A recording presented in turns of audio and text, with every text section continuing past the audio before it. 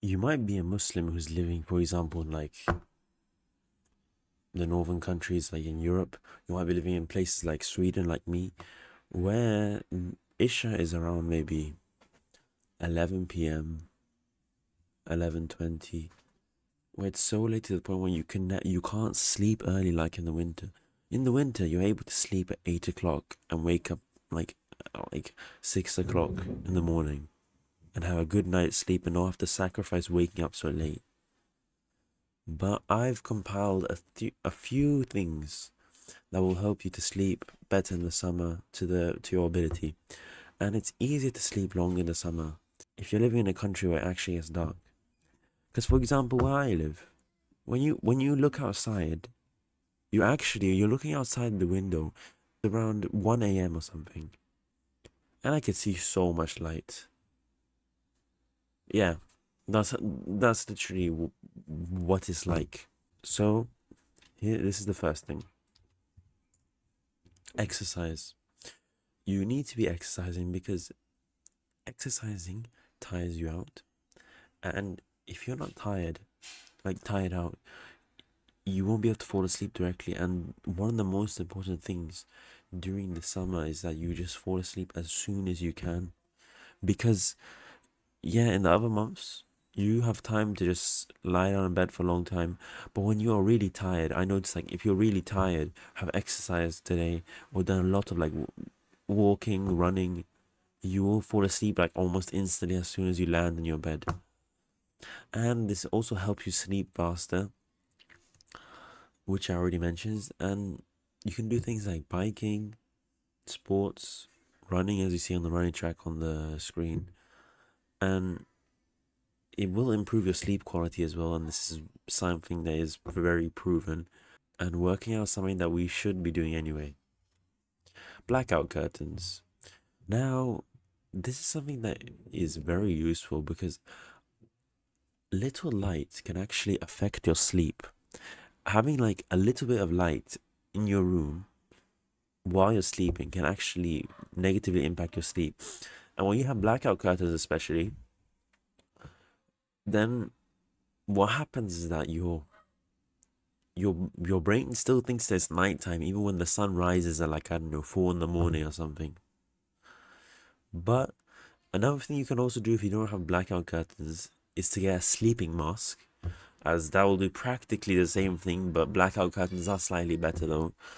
And because like it can't block out all the light, it can't block out all the light, the sleeping mask, but it can do a pretty good job. And it helps you with your melatonin, and melatonin is literally the one thing that makes that you can fall asleep easier. Without melatonin, you're not going to be falling asleep.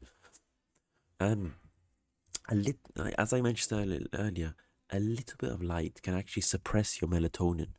It can suppress it. So be wary of like having all these lights in your room, having the lights on the night. Like, you need to make sure it's as dark as possible. And this is especially very important if you live in a place like in the Scandinavian countries, for example, especially if you're living very, very up north. The sun doesn't set, basically. Like, the sun goes slightly below the horizon and then just goes back up again. Like, it look like if you were to look outside, it would look as if the sun hasn't even set.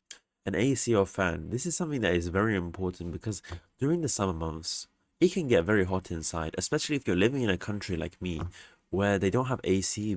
And having an AC, it really, like, it cools you down in the room. Because no wonder, like in the winter time, if you, or even some of the spring, you just open the window at night and then it starts getting like, I don't know, 16, 17 degrees in the room. And you might say that I'm crazy, that it's cold or something, but try sleeping when it's like 16 or 17 degrees in your room. You're gonna probably notice that like the sleeping quality is way better. It improves your sleep quality and helps you enter a more restorative sleeping state. And when you're like, it's really hot in the room, you can have a very hard time falling asleep. And this combined with the fact that if you're not exercising will make it so that you just don't feel tired and you'll feel extremely hot and not be able to fall asleep. And this helps you to stay asleep longer because when you are very hot, I notice like some nights when I have a fan, I sleep so like it feels really deeply. Like I sleep to the point where like it's so hard to wake up than if you don't have a fan on. And AC is the best, but providing that AC normally uses a lot of electricity, a fan can do. But just try and have the window open as well, because that will make it so that you get air from outside and then you also have air blowing on you from the fan. Sleep directly after Isha, because when you sleep as soon as Isha starts, you'll sleep the maximum amount of hours that you can between like Fajr. And if you maybe want to pray Tahajjud, then you wake up, I don't know, 20 minutes before Fajr or something. And this will help you get more sleep cycles in a row. Because instead of maybe staying up until midnight or like 1 o'clock and not being able to only sleep like 2 hours in a row to Isha, I mean to Fajr, then you will at least be able to sleep maybe 3, 4.5 hours or something, and then be able to sleep a longer cycle after Fajr. And that's why, like, when you get more sleep cycles in a row, that's when actually your hormones are being secreted, growth hormone, like testosterone and stuff like that. So that's why you should not divide your sleep into like equal cycles. I do not recommend that. If you're gonna sleep, I don't know, 4.5 hours, 4.5 hours, I don't recommend that. Because if you do that, then you're gonna end up not being able to like go into enough deeper stages of sleep. If you sleep, let's say 3 hours and 7.5 hours, then you at least get like this the second sleep cycle can at least help you to be able to like secrete more growth hormone. And make sure to keep your schedule consistent as as long as you just sleep the same time every day. Then what will end up happening is that you can just fall asleep the same time, fall asleep directly after Isha. Get everything ready to like before like around Maghrib time, get everything ready so as soon as Isha starts, just go and pray it. And then if you're gonna pray in the masjid, just go to the masjid and try and get home as soon as you can after the prayer, and then just sleep as soon as you can. This is something that you should do regardless of it's summer or winter, is wake up really early one day. Because when you wake up really early one day, it's going to reset your sleep cycle. Like if you force yourself to maybe lose out on 3 hours of sleep or something, it will make you really tired. Really, really tired. Like if you, for example, you notice how when we start school, we always are really tired unless the school decide to start really late, like on 10, 11 p.m. and like 10 or 11 a.m., not p.m. If the school started, like decided that you should start at like 8 a.m., you're going to wake up at like 7 or something. And then you've gone from the summer where you've been waking up at 10, 11, 12, 10, 11 a.m., 12 p.m. to waking up at like 7. You're going to lose out on so much sleep. You're going to be really tired. You're going to notice that in like the evening time, you're going to fall asleep really fast. You're going to fall asleep extremely fast to the point where you're able to wake up really early. And that's why you need to maybe sacrifice one day of sleep, as this will reset your circadian rhythm, and then it will allow you to sleep directly after Isha. Because if you're used to sleeping at 2 a.m., I'm sorry, but like, unless you just want to like waste half your day, it feels like, at least waking up at like 1 p.m., 12 p.m., you won't really be able to do it. Because if you sleep directly after Isha, you'll at least be able to wake up as early as possible. And it will make you sleep as early as possible, like as much as possible. White noise. Now, I don't personally really use this, but the fan actually kind of substitutes as white noise, as because there's always a fan blowing on me, so I just hear a fan all the time at night. And this helps you fall asleep faster, as it combats your like overthinking, thinking at nighttime, as you'll like just be the noise in the background will like not make you like just cause thinking.